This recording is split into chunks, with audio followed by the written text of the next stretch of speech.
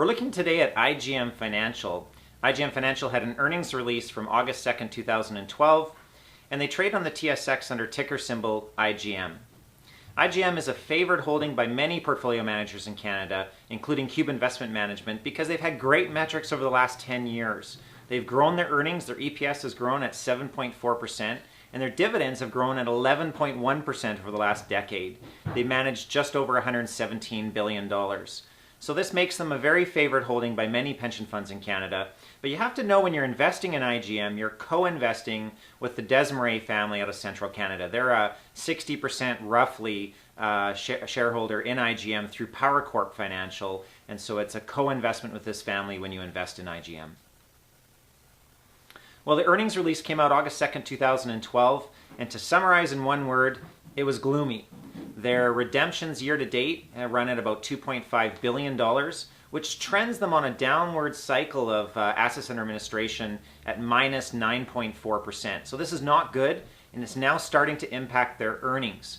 Earnings are looking like they're going to come in around $2.80 to $2.95 per share this year, which is down from about $3.10, $3.15 per share last year. Now, part of this is a one-time charge for taxes in Ontario, but nonetheless, we do see a bit of earnings decline in the current fiscal year. Now, their dividend policy is static. They still are projecting to pay about $2.12 per share in dividends in the year to come. So with a slightly smaller earnings base, they're going to have to push out about 72% of projected earnings to pay this dividend. The challenge that gives to investment managers is they're going to only have 28% of their earnings left to reinvest in earnings growth. And earnings growth is where you get your share price. And so this is causing the share price to sit somewhat lower than it was over the last 12 months alone.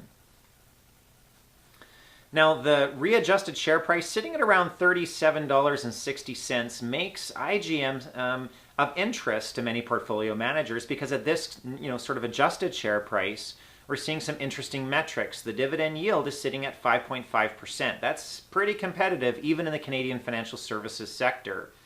The PE multiple at IGM is sitting about 13 times trailing earnings. That's favorable. It's normally traded at about 15 times earnings historically.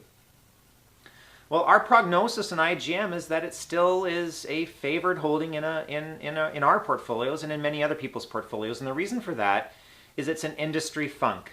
Their earnings slide, their assets under administration drip is all consistent with what we're seeing with other asset managers, both in Canada and in the US. Now at IGM, what's unique is they have a diversified operation.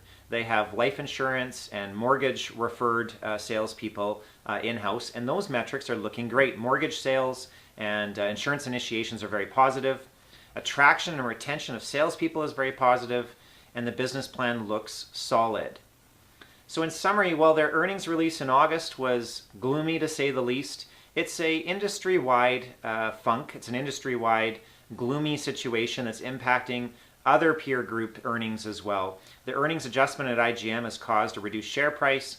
At that lower share price, we see quite an interesting holding for our portfolio, and one that offers a little more diversification from a traditional Canadian bank or insurance company and blends asset management with some insurance and mortgage initiation.